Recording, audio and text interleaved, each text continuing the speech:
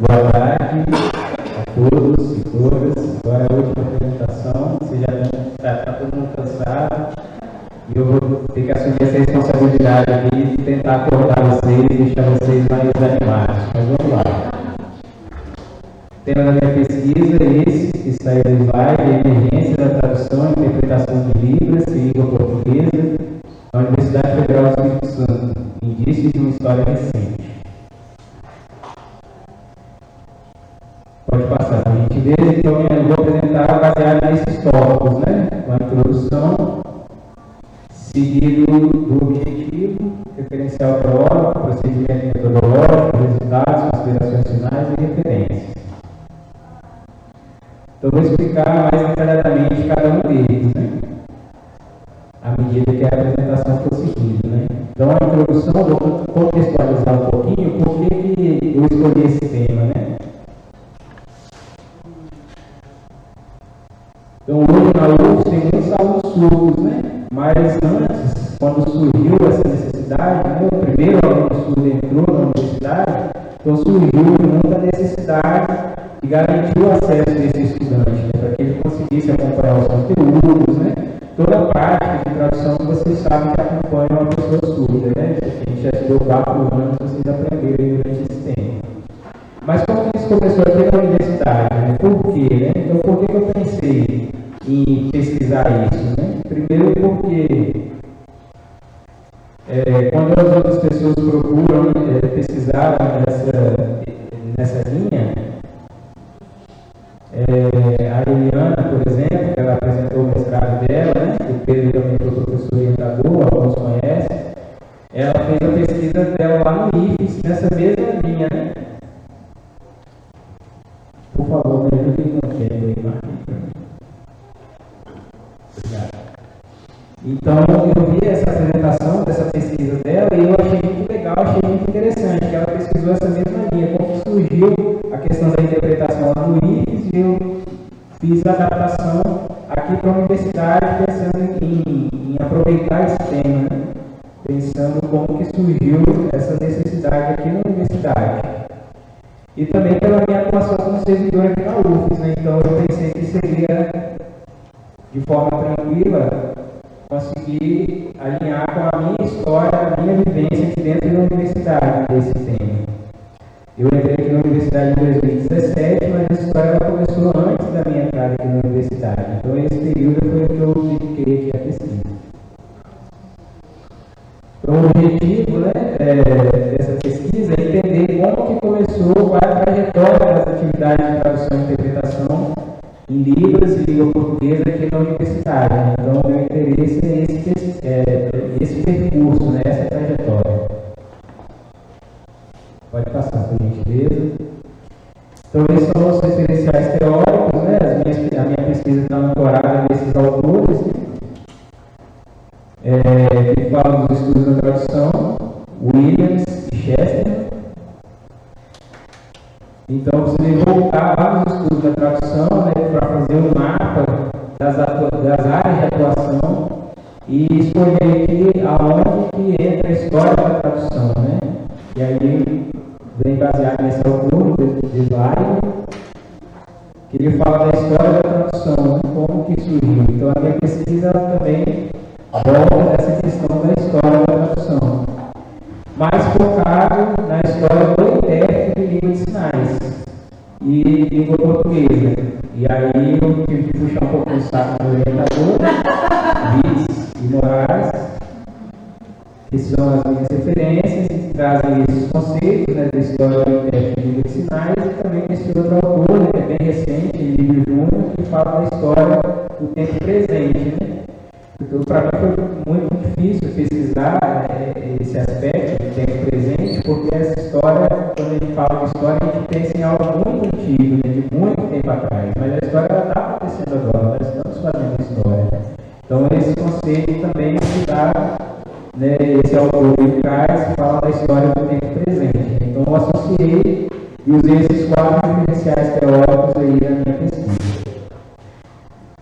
Os procedimentos metodológicos, né, da pesquisa parecem um pouquinho com o que a Inês apresentou, né, que é uma pesquisa documental. é bem chato, né? A gente talvez possa falar que é muito difícil encontrar esses documentos, a gente procura na internet, encontra muita coisa, mas pouca coisa que é aproveitável, né? Eu já procurei lá no Diário Oficial da União, é muito difícil fazer esse tipo de pesquisa, né? Os sites públicos, das instituições do governo são muito difíceis de procurar.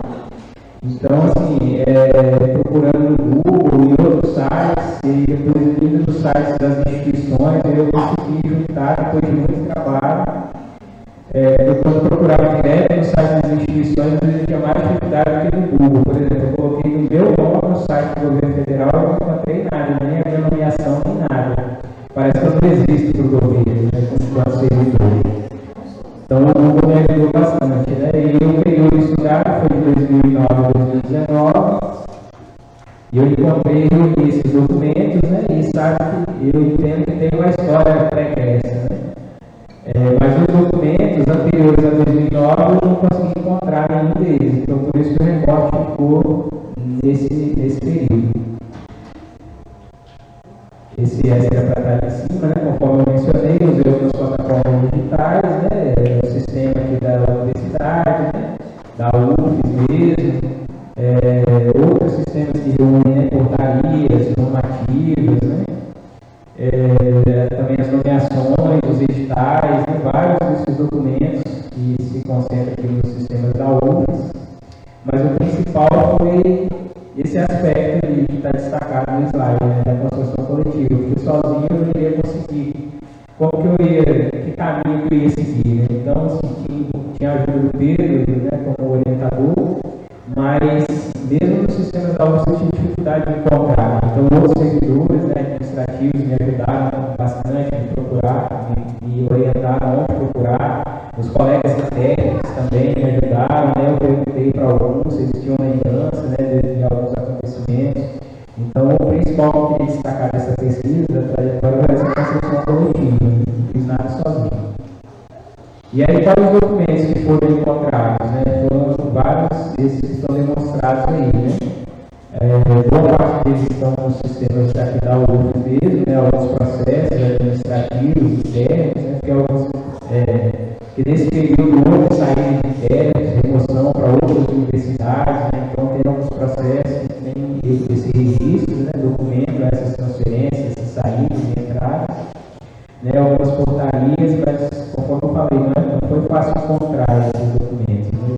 Tive muito trabalho em reunir todos esses documentos, e aí depois tinha que filtrar, né? Eu me senti como um agente da FBI, buscando ali o que eu queria encontrar, procurando, né? Fazendo essa análise mesmo. Então, assim, a primeira parte até que foi relativamente fácil, foi reunir os documentos. Depois tive que filtrar todos aqueles documentos que eu encontrei. E aí eu dividi em 3 etapas, né? Primeiro foi a análise mesmo, analisar os documentos, filtrar, ver o que servia para a minha pesquisa. Depois criar uma narrativa, né? Criar uma história, fazer uma introdução, né? Até chegar ao dia de hoje e colocar isso em forma de texto, né? E aí no resultado final eu consegui chegar nessas 3 fases aí, né? A primeira fase pareceu um filme da Marvel, né, que tem a sequência e a continuidade, né? Eu amo esse tipo de filme, né, de super-herói.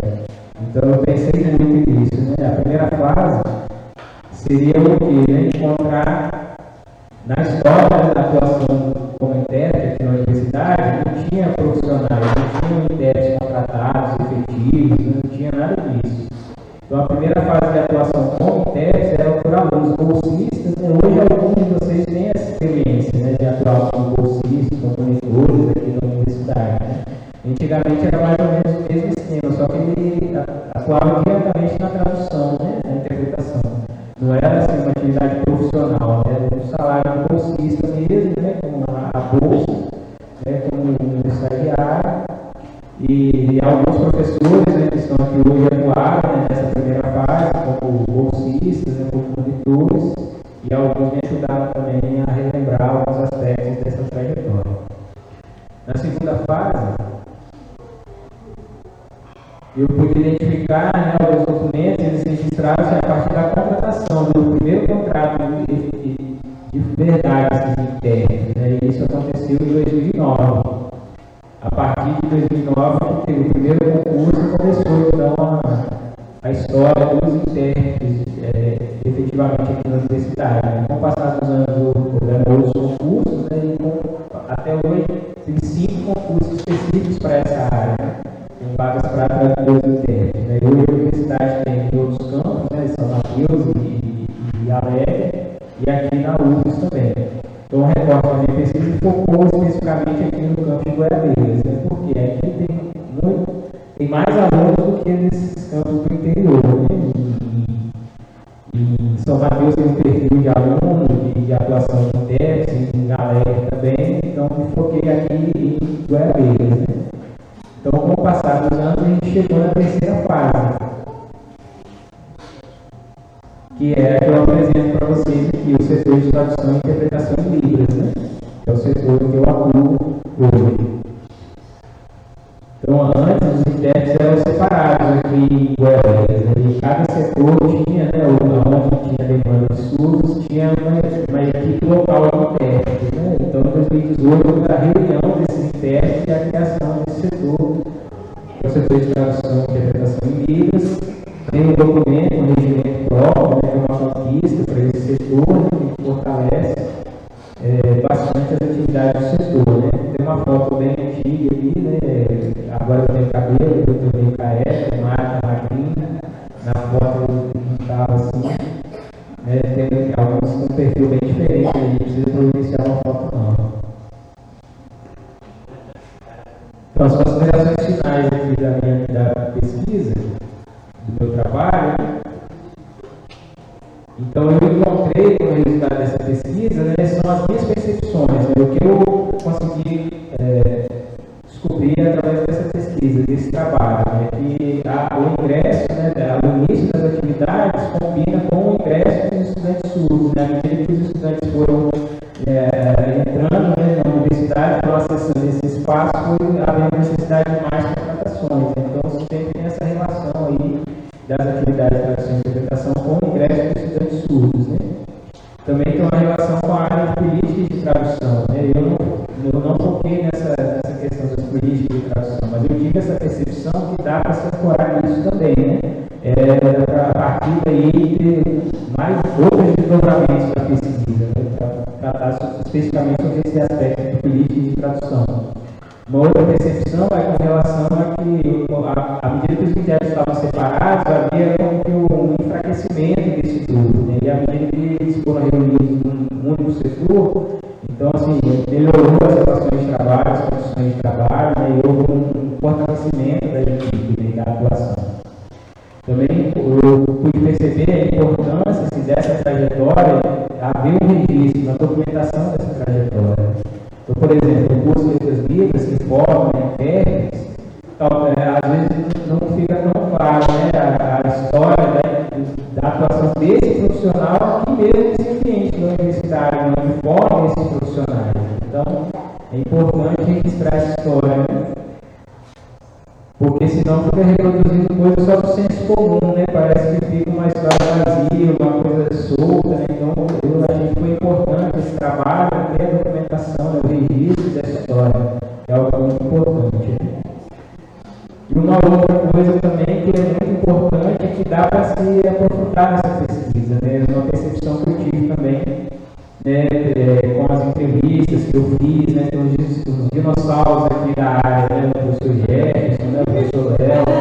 Então, assim, eles precisam contar para a gente nesses detalhes de como foi essa história, essa trajetória, que eles vivenciaram. Então, precisa ter um registro disso através de entrevistas, né? Então, eu não sei, talvez numa especialização, numa pós-graduação, eu possa continuar a seguir, fazer uma pesquisa, né, um registro mais detalhado da história. Né? Então, eu consegui criar uma narrativa, mas parece que ainda faltam, né, alguns detalhes, faltam alguns aspectos que são importantes ser considerados e criar esse registro. Né? Também outros intérpretes que atuam bastante tempo aqui na universidade. Então, para finalizar, são algumas referências, né? Desculpa aí que ficou com a letra bem pequenininha, né? Não dá para ver, porque são muitas referências, mas se vocês tiverem interesse, eu posso mandar para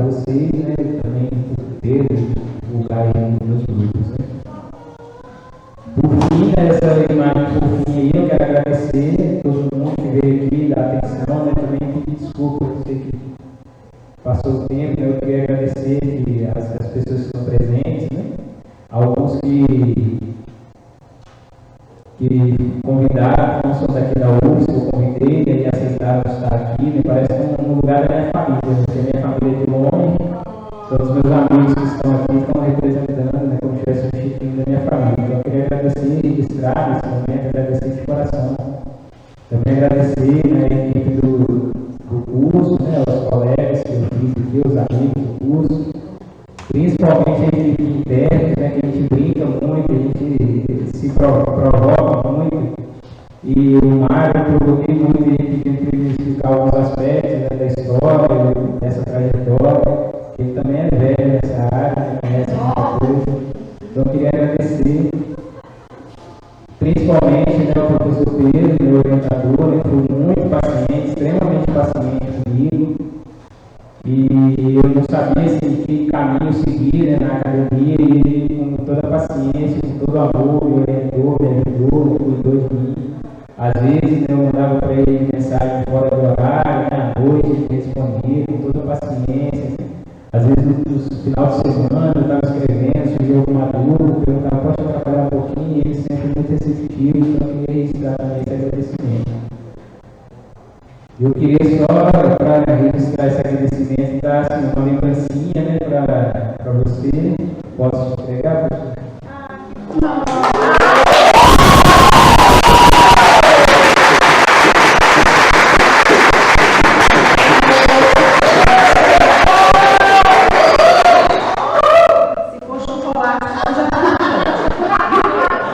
Tem que ficar o saco, né? Eu quero fazer mestrado. Então, gente, muito obrigado pela